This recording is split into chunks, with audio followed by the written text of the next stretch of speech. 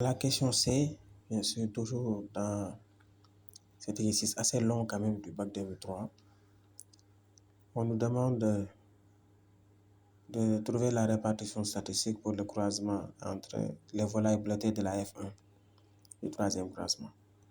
On voit que quand on croise des individus bleutés pour la F1 du troisième croisement, voilà, ça sera ça le génotype, ils seront N sur B. Donc les gamètes seront N et B. Ici, on le met dans l'échiquier. La répartition statistique sera 50% de NB, 25% de B et 25% de N. On nous demande la loi de Mendel mise en évidence. C'est la deuxième loi de Mendel, c'est-à-dire la ségrégation des caractères à la F2.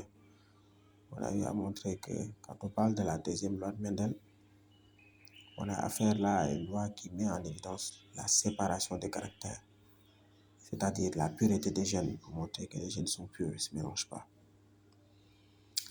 Ça donc, c'est le croisement F1-F1, donc ça donne une génération F2. Autre chose, vous constatez que pour ce croisement, je n'ai pas mis de conclusion. Parce qu'on nous a demandé de prévoir les résultats statistiques. Nous avons les résultats pratiques dans l'exercice. Donc, conclusion, vous devez faire que l'exercice bi jox la ay résultats. Nga trouver les résultats dans l'échiquier, nga comparer. Tu vois, le quoi, c'est quoi qui c'est et tout. Et aussi, ça, c'est le dernier croisement du bac de l'exercice. On nous demande de prévoir aussi les résultats statistiques du croisement entre les volailles bleutées et les volailles blanches. Les volailles bleutées ils sont NB, les volailles blanches ils sont B, N sur BBB. Donc, il y a des gamètes qui sont benn. Donc, vous les disposer préférentiellement ni. On aura autant de volailles bleutées que de volailles blanches. Comme nous avons dans les nous prévoir les résultats statistiques. Donc, il n'y a pas de données pratiques en réalité pour mener des confrontations dans la conclusion. Votre croisement bi conclure. Voilà, donc c'est la fin de l'exercice 5. Donc, on se retrouve la semaine prochaine pour une nouvelle séance en génétique. Aussi, le secret en génétique, c'est de reprendre les exercices, de les préparer d'abord.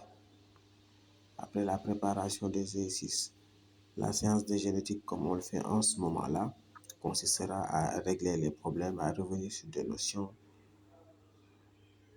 Et après avoir pris conscience de vos erreurs, vous allez reprendre reprendre les exercices et ne pas accumuler les exercices et reprenez. Donc c'est pour cela que je prends le temps de corriger 2 exercices par séance, maximum 3, pour vous permettre d'abord de bien vous préparer, ensuite bien sûr de pouvoir assimiler les choses crescendo, étape par étape, parce qu'il y a beaucoup de choses à fixer en génétique. Donc bonne soirée à tout le monde et merci beaucoup de votre attention.